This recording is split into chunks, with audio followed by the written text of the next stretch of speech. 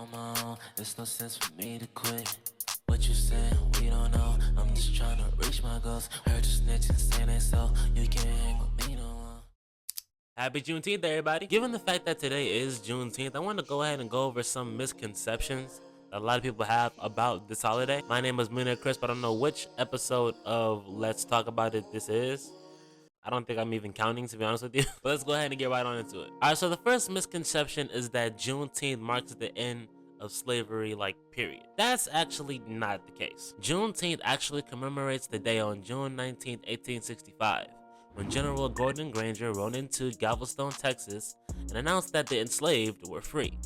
Slavery officially ended with the 13th Amendment on December 6, 1865. So if you thought that Juneteenth was the day that everybody just dropped their tools and just walked off the plantation, that's not how it happened. It was more like, say you're at your job and you were supposed to bin clock out 3 hours ago, but you're still here because you haven't checked the time yet and the boss is not there telling you you're supposed to leave. So you're just here 12 o'clock and is still sweeping. The second misconception was that everybody in the South was freed on Juneteenth. Y'all gotta understand, this is in 1865.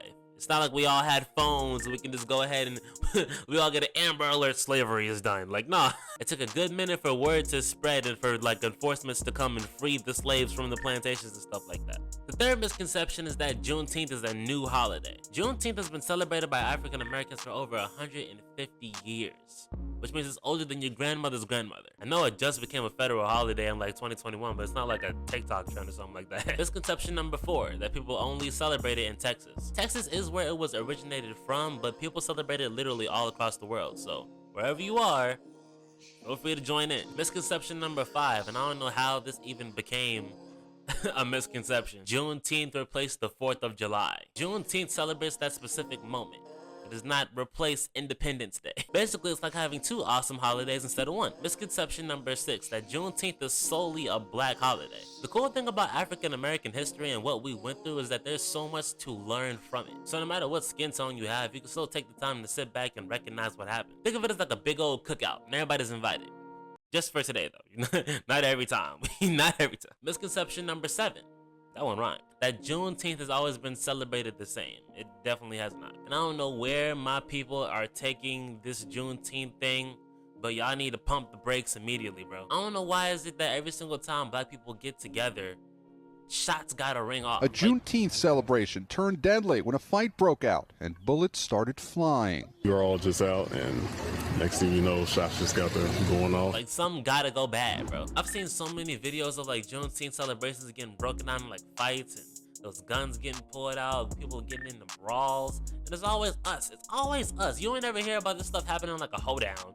You don't ever hear this happening in a freaking Kentucky Derby, but whatever was a black thing, all of a sudden, we just gotta have some drama. See, it used to be just little small community gatherings, but now it's just big parades and festivals and stuff like that, and it's just getting out of control. It's getting out of hand. Y'all gonna mess around and make them remove it as a holiday in general. The 8th misconception is that Juneteenth is just about the past, though. While Juneteenth is about remembering the past, it's also about being able to recognize the achievements that we've come up with now. What are some of the achievements that we have?